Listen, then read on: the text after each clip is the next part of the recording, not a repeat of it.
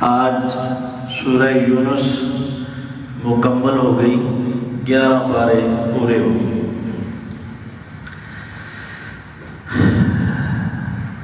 سورہ توبہ کا کچھ حصہ بھی پڑھا گیا۔ سورہ توبہ میں غزوہ تبوک کو بڑی تفصیل سے اللہ تبارک و تعالیٰ نے ذکر فرمایا۔ یہ غزوہ تبوک چونکہ شام کی سرحد ہے،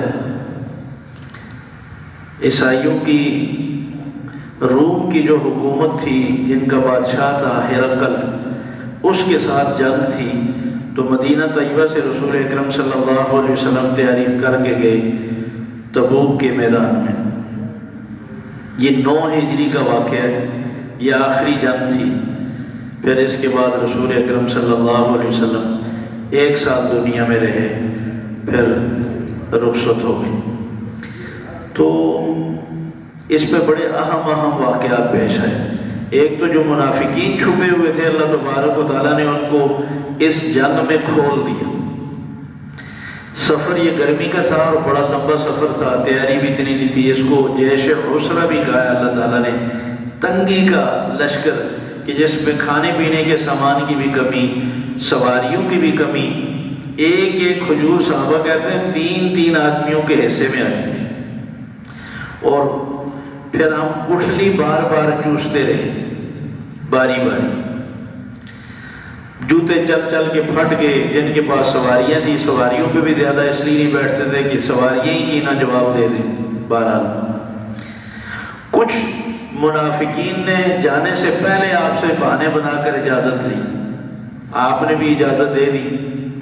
اس پر اللہ تبارک و تعالیٰ نے فرمایا عفا اللہ عنک لما اذنت لہم، اللہ نے تو آپ کو معاف کر دیا ہے، لیکن آپ نے اجازت دی کیوں؟ ہم تو ان کو کھولنا چاہ رہے تھے، انہوں نے تو بہانہ بنا کر اپنے آپ کو پھر مسلمانوں میں چھپا دیا۔ ان کو اجازت نہ دیتے، پھر کھلتے کہ کیوں نہیں گئے تم، جبکہ یہ عام اعلان تھا کہ سب تیار ہو جائیں، کھجوریں تیار ہیں، فصل چھوڑ کر فرمایا کہ سب چلو۔ ایک تو یہ فرمایا کہ یہ جہاد سے جی وہی چراتے ہیں کہ جو ایمان نہیں رکھتے۔ اللہ کی ذات پر ایمان رکھنے والے کبھی جہاد سے جی نہیں چراتے۔ اور دوسری بات آپ صلی اللہ علیہ وسلم سے ارشاد فرمائی، ابھی آپ واپس جب مدینے میں جائیں گے نا، اور بہت سارے لوگ آپ کو ملیں گے جو بہانے بنائیں گے، یعتذرون الیکم، آپ کے سامنے آ کر عذر پیش کریں گے، قل لا تعتذروا، آپ صاف کہہ دینا کہ بہانے نہ بناؤ، ہمیں سب بتا دیا اللہ نے۔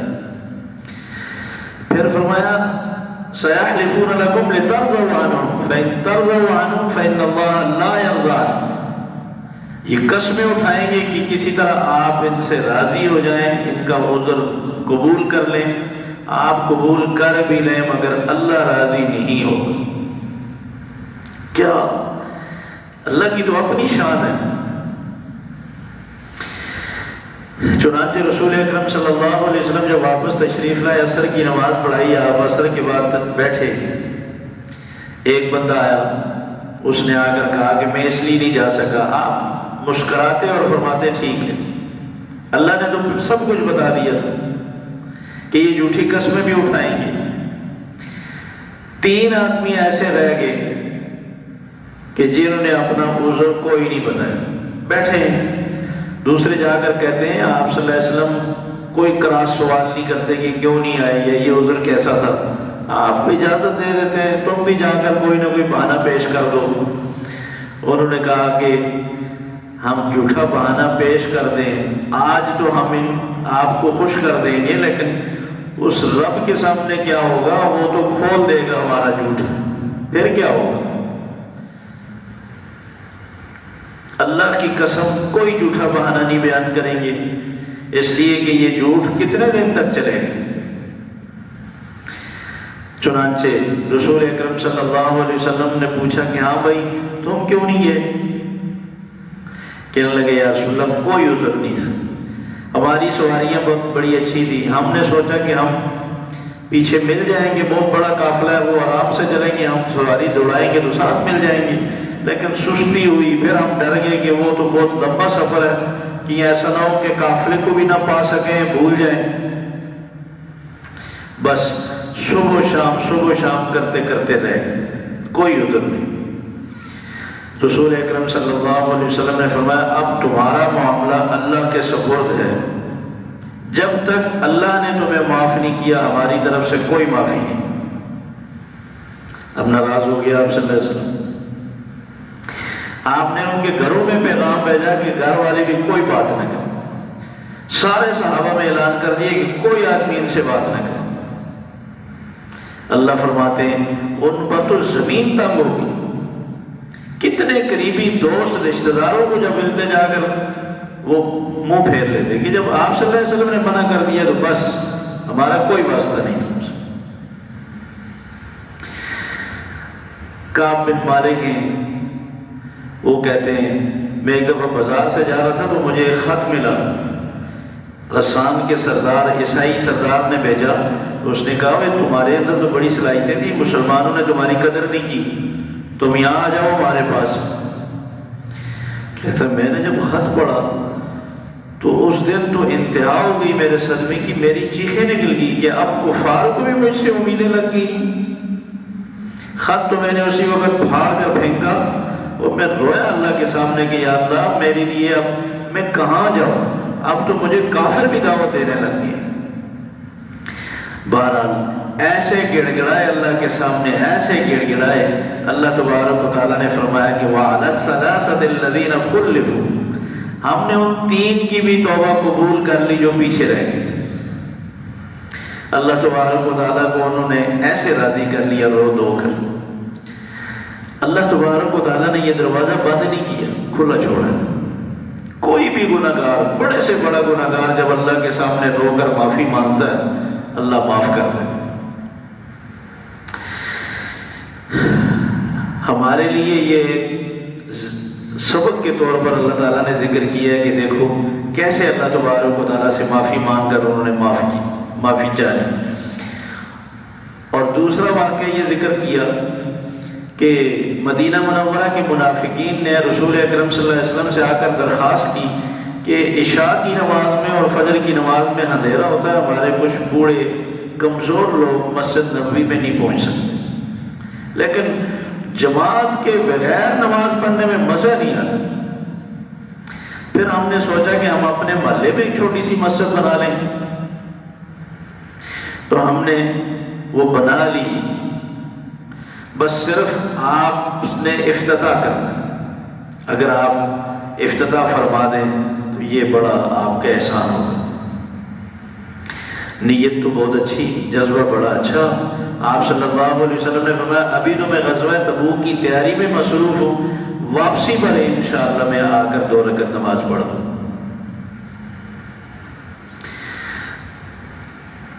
اب یہاں صرف ان لوگوں کی طرف سے یہ فرمائش آئی تھی اور رسول اکرم صلی اللہ علیہ وسلم نے وعدہ فرما دیا تھا کہ واپسی میں آؤں، کوئی حقیقت آپ کے علم میں نہیں تھا کہ یہ کیا چکر ہے۔ واپسی میں جب آپ صلی اللہ علیہ وسلم نے ارادہ فرمایا جانے کا تو اللہ تبارک و تعالیٰ نے فرمایا وَالَّذِينَ اتَّخَذُوا مَسْجِدًا ضِرَارًا وَكُفْرًا وَتَفْرِيقًا بَيْنَ الْمُؤْمِنِينَ وَإِرْصَادًا لِمَنْ حَارَبَ اللَّهَ وَرَسُولَهُ مِنْ قَبْلُ۔ وہ جو مسجد ہے نا وہ ثواب کے لیے نہیں ہے، ضرارًا، وہ تو اسلام کو نقصان پہنچانے کے لیے بنائی گئی، وہ کفراً اسلام کے لیے نہیں بنائی، وہ کفر کے لیے بنائی ہے، تفریقاً مسلمانوں میں اختلافات پیدا کرنے کے لیے، غلط فہمیاں پیدا کرنے کے لیے میٹنگ روم بنایا ہو، وہ ارصاداً، یہ تو مخالفین کا مورچہ تیار ہوا ہے۔ اتنی بات ہے، یہ تو وہی بتا سکتا نا جو دلوں کے راز جانتا ہے، غیب جاننے والا صرف اللہ ہے۔ اب رسول اکرم صلی اللہ علیہ وسلم نے تو وعدہ فرما دیا، وعدہ خلافی تو گناہ ہے۔ اللہ تبارک و تعالیٰ نے فرمایا لا تقم فیہ ابدا، کبھی بھی نہیں جانا۔ لمسجد اسس علی التقوی من اول یوم احق ان تقوم فیہ، وہ جو مسجد قباء جس کی بنیاد تقوی کی بنیاد پہ رکھی گئی ہے، وہ زیادہ مستحق ہے کہ آپ وہاں جائیں۔ رسول اکرم صلی اللہ علیہ وسلم نے ارادہ بالکل بدل دیا کہ یہ تو اللہ تبارک و تعالیٰ نے منع فرما دیا اور یہاں تو مقصد ہی کچھ اور ہے۔ آپ نے بندے بھیجے کہ جاؤ اس کو گراؤ اور جلا دو۔ چنانچہ یہ بات اب کھلی کہ یہ نماز کے لیے نہیں بنائی گئی، یہ کچھ اور مقاصد ہیں اس کے پیچھے۔ شریک ہونے والے جو جہاد میں گئے، اللہ تبارک و تعالیٰ نے ان کو خوشخبری سنائی، ان اللہ اشتری من المؤمنین انفسهم واموالهم بان لهم الجنہ، اللہ نے تمہاری جانیں، تمہارا مال جنت کے بدلے خرید لیے، سودا ہو چکا ہے، تمہیں یہ سودا مبارک ہو۔ جنہوں نے وفا کی اس سودے میں اپنا مال بھی قربان کیا، اپنی جانیں بھی قربان کر دی، انہیں مبارک ہو۔ فاستبشروا، انہیں خوش ہونا چاہیے، اللہ کے ساتھ یہ سودا گھاٹے کا نہیں ہے۔ اللہ تبارک و تعالیٰ تمہیں ایک ایک قدم پر جنت میں اعلیٰ درجات دیں گے اور اس پر اللہ تبارک و تعالیٰ انعامات دیں گے۔ اللہ کے راستے میں لڑنے والوں کے لیے اس سے بڑی خوشخبری کیا ہو سکتی کہ اللہ خریدار ہے ہماری جانوں کے، حالانکہ اللہ خالق ہیں، اللہ مالک ہیں، مگر فرما رہے نہیں میں تم سے خرید رہا ہوں۔ جو چیز بیچی جاتی ہے تو اس کی قیمت لازم ہو جاتی ہے، تو جو جان دینے والے لوگ ہیں، جو اپنا خون بہانے والے ہیں، تو جنت پھر ان کے لیے لازم ہو جاتی ہے۔ اللہ یہ سعادت سب کو نصیب فرمائے۔ رسول اکرم صلی اللہ علیہ وسلم نے حضرت ابو طالب کے بڑی ترغیب دی کہ آپ کلمہ بس میرے کان میں پڑھ دیں آخری وقت میں، تاکہ شفاعت کر سکوں۔ سوچا انہوں نے کہا کہ دیکھو، چونکہ ابو جہل بھی ساتھ بیٹھا تھا، کہنے لگا دیکھو عورتیں بھی تانے دیں گی کہ یہ موت سے ڈر گیا، باپ دادا کی دین کو چھوڑ کر محمد کی دین کو اپنا لیا۔ تو انہوں نے کہا بیٹ بھتیجا، میں آپ کے دین کو سچا سمجھتا ہوں، آپ سچے ہیں، لیکن میں اپنے باپ دادا کے دین پر ہی دنیا سے جانا چاہتا ہوں۔ آپ رو پڑے۔ پھر آپ نے ایک وعدہ کیا کہ میں اللہ سے بخشش کی دعائیں کرتا رہوں گا جب تک مجھے رب نے روکا نہیں۔ امام بخاری رحمۃ اللہ علیہ نے یہ آیت ذکر کر کے لکھا ہے کہ ما کان للنبی والذین آمنوا ان یستغفروا للمشرکین ولو کانوا اولی قربی، کسی نبی کے لیے، مومن کے لیے جائز نہیں کہ وہ کسی بھی مشرک کے حق میں دعائے مغفرت کرے، بھلے وہ قریبی رشتہ داری کیوں نہ ہو۔ جب یہ آیت نازل ہوئی، آپ نے پھر معافی کی درخواست، بخشش کی دعا کرنی چھوڑ دی۔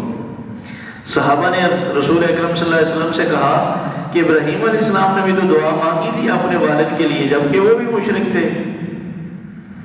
فوراً جواب میں اللہ تبارک و تعالیٰ نے آیت نازل فرمائی اسی کے بعد، وَمَا كَانَ اسْتِغْفَارُ إِبْرَاهِيمَ لِأَبِيهِ إِلَّا عَن مَّوْعِدَةٍ وَعَدَهَا إِيَّاهُ، ابراہیم نے وہ وعدہ پورا کیا جو گھر سے نکلتے وقت اپنے ابا سے وعدہ کیا تھا، بس اس کے بعد پھر ابراہیم نے بھی کبھی دعا نہیں مانگی اللہ کے منع کرنے کے بعد۔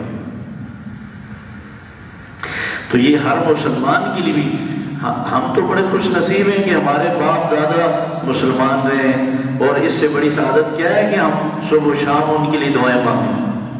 زندگی میں اگر خدمت نہیں کر سکے، دادا پر دادا کو نہیں دیکھ سکے، ہم یوں تو ان کی خدمت کر سکتے ہیں نا کہ ہم ان کے حق میں دعائیں مانگیں، اپنے چھوٹے بچوں سے بھی دعائیں مانگیں، تاکہ ان کو ایک طریقہ اور ان کو ایک عادت پڑے کہ صرف اپنے ہی ماں باپ کو نہیں، ان کے ماں باپ کے لیے بھی، ان کے لیے ماں باپ کے لیے بھی ایک لفظ میں، یا اللہ میرے ماں باپ کو اوپر تک جہاں تک یہ مسلمان ہیں سب کی مغفرت فرما، سب کو فائدہ ہونا چاہیے۔ بچوں سے دعائیں منگوانی چاہیے، اور وہ لوگ جن کے ماں باپ غیر مسلم ہیں وہ اس آیت کے پابند ہیں کہ اللہ تبارک و تعالیٰ نے ان کو روکا ہے۔ یہ دل بڑا کرنے والی بات نہیں، یہاں تو احکامات کی بات ہے کہ اللہ کی بات ماننی ہے ہم نے ہر حال۔ منافقین نے رسول اکرم صلی اللہ علیہ وسلم پر جب آیت نازل ہوتی ہے آپس میں ایک دوسرے کے کان میں کہتے ہیں اس آیت سے کس کا ایمان بڑا ہے، کیا فائدہ ہوگا؟ کبھی کہتے ہیں سورت اتری ہے، کبھی کہتے ہیں آیت اتری ہے، کہتے ہیں ایمان بڑھتا ہے، تمہارا بڑھا ہے؟ وہ کہتا ہے نہیں۔ تمہارا بڑھا ہے؟ نہیں۔ اللہ نے فرمایا جس کے دل میں پہلے گند بھرا ہو نا، وہ گند ہی میں اضافہ ہوگا، ایمان کہاں بڑھے گا؟ ایمان تو اس کا بڑھے گا جس کا پہلے ایمان ہو۔ جو پہلے مومن ہے وہ آیت کے اترنے کے بعد اس کے ایمان میں اضافہ ہوگا، جس میں منافقت ہی بھری ہوئی ہے وہ تو آیت اترنے کے بعد تو دشمنی میں اضافہ ہوگا نا، تو فرمایا گند میں گند اور بڑھ گئی۔ تو آیات کے اترنے سے، سورتوں کے آنے سے تو خوشی ایمان والوں کو ہوتی ہے۔ اس آیت کی بالکل آخری آیت میں حسبی اللہ لا الہ الا هو علیہ توکلت وهو رب العرش العظیم، میرے لیے میرا اللہ کافی ہے، اس کائنات میں اس کے علاوہ کوئی الہ نہیں، علیہ توکل تو مجھے اسی پہ بھروسہ ہے، وہ رب العرش العظیم، وہ عرش عظیم کا رب ہے۔ اس آیت کے متعلق رسول اکرم صلی اللہ علیہ وسلم نے فرمایا جو بندہ صبح و شام 7 دفعہ پڑھے گا، جس ارادے اور نیت سے پڑھے گا، اللہ تبارک و تعالیٰ اس کی وہ نیت و ارادہ پورا فرمائے۔ سورہ یونس میں اللہ تبارک و تعالیٰ نے فرمایا کہ آسمان و زمین ساری کائنات کو اللہ نے 6 دن میں بنایا، ثم استوى علی العرش، پھر اللہ تبارک و تعالیٰ عرش پہ قائم ہوا، یعنی پوری کائنات کی حکومت اپنے ہاتھ میں لے۔ یدبر الامر، ساری کائنات کے فیصلے پھر وہ خود کرنے لگے۔ فرمایا کہ یہ ہے تمہارا رب، فاعبدوہ، صرف اس کی عبادت کرو، اس کے علاوہ عبادت اور پکار کے لائق کوئی نہیں، یہ صرف اللہ کا حق ہے۔ پھر شکوہ کرتے ہوئے فرمایا کہ انسان کو جب کوئی تکلیف پہنچتی ہے تو لمبی لمبی دعائیں، بیٹھے لیٹے چلتے پھرتے ہر وقت مجھے یاد کرتا ہے، لیکن جب تکلیف دور ہو جائے نا ایسے لگتا ہے جیسے اس نے کبھی ہمیں یاد ہی نہیں کی۔ فرمایا ساری امتوں کو ختم کرنے کے بعد تمہیں آباد کیا ہے، لننظر کیف تعملون، تاکہ ہم دیکھیں کہ تم کیسے اعمال کرتے ہو۔ مشرکین نے مطالبہ کیا کہ یہ قرآن مجید جو آپ کہتے ہیں اللہ کا کلام ہے، اس میں تو بڑی سخت سخت باتیں بھی ہیں، یہ نکال دے، باقی ہم ماننے کے لیے تیار ہیں۔ یہ بس تھوڑی یہ تکلیف کریں کہ سخت احکامات نکال دیں، باقی تو بہت اچھا ہے، ہم مان لیں، اختلاف ختم ہو جائے گا، امن قائم ہو جائے گا۔ رسول اکرم صلی اللہ علیہ وسلم نے فرمایا ما یکون لی ان ابدلہ من تلقاء نفسی ان اتبع الا ما یوحی الی، یہ میرے اختیار میں نہیں کہ میں قرآن مجید سے کوئی آیت نکال دوں، یہ میرے رب کی طرف سے جو وحی آئی ہے میں بھی اس کا پابند ہوں کہ اس پر عمل کروں۔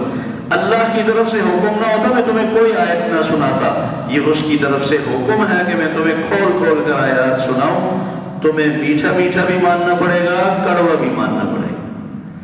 آج مسلمانوں کا مزاج بھی یہی ہے کہ قرآن مجید کے ساتھ احکامات کو مانتے ہیں مگر سننے کے لیے تیار نہیں ہوتے۔ اللہ ہمیں کامل جذبہ نصیب فرمائے کہ ہم اللہ کی ہر بات دلی خوشی سے سنیں بھی مانے بھی۔ ایک جگہ اللہ نے شکوہ کیا کہ فرمایا قصے کہانیاں بیان ہو تو بڑی خوشی سے سنتے ہیں، اللہ کی توحید جب بیان ہو تو دل سکڑنے لگ جاتا ہے۔ حالانکہ ایمان والوں کو توحید پر سننے پر بیان کرنے پر زیادہ خوشی ہونی چاہیے۔ یہ ایمان کا توحید کا ایک ٹیسٹ بھی ہے کہ توحید پر ہم کتنے خوش ہوتے ہیں۔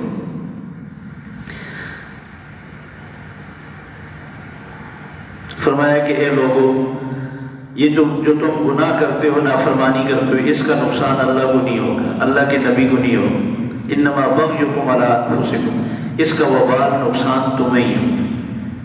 یہ تمہیں احساس نہیں ہو رہا، یہ آخرت میں اس کا سزا اور اس کا بوجھ اتنا ہی زیادہ ہو۔ جو جتنا جلدی توبہ طائب ہو جائے، اللہ کا فرما بردار بن جائے، یہ فائدہ اسی کو ہو۔ اللہ تعالی ہمیں صحیح سمجھنے کی، عمل کی توفیق نصیب فرمائے۔